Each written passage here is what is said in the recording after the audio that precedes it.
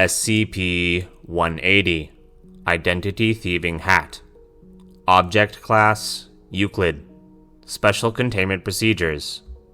All headwear, including hair clips and bows, is restricted in Reliquary Research and Containment Site-76 for all outside security. Anyone violating this rule is subject to complete physical search, auditing of travel within Site-76, and DNA identity testing. SCP-180 is not to leave its research laboratory. The current appearance of SCP-180 is to be reported to security daily. Security is to be notified immediately should personnel encounter someone they don't recognize in their department, performing or dressed as if they belong there, as their identity might have been stolen.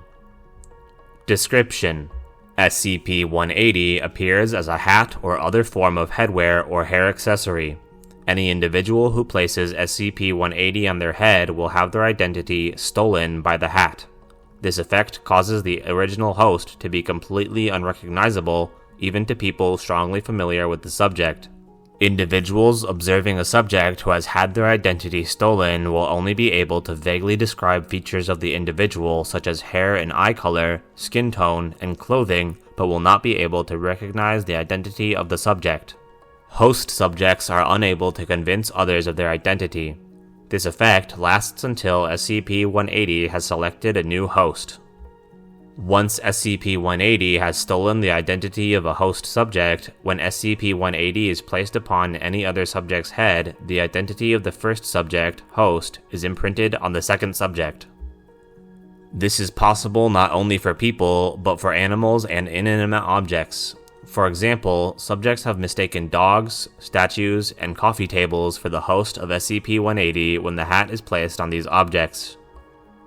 SCP-180's appearance changes upon changing host. However, the effect is only visual. The object has appeared as a top hat, a skull cap, a baseball cap, a bandana, a hair clip, a hijab, and a motorcycle helmet, amongst other objects. Imaging using MRI and 3D ultrasound has shown that SCP-180 is in reality nothing more than a worn length of linen or cloth resembling a veil or shroud. Placing SCP-180 on the head properly actually covers the face. Research has been unable to explain how and why radiation, visual and infrared, is manipulated by SCP-180 to produce false images. End file.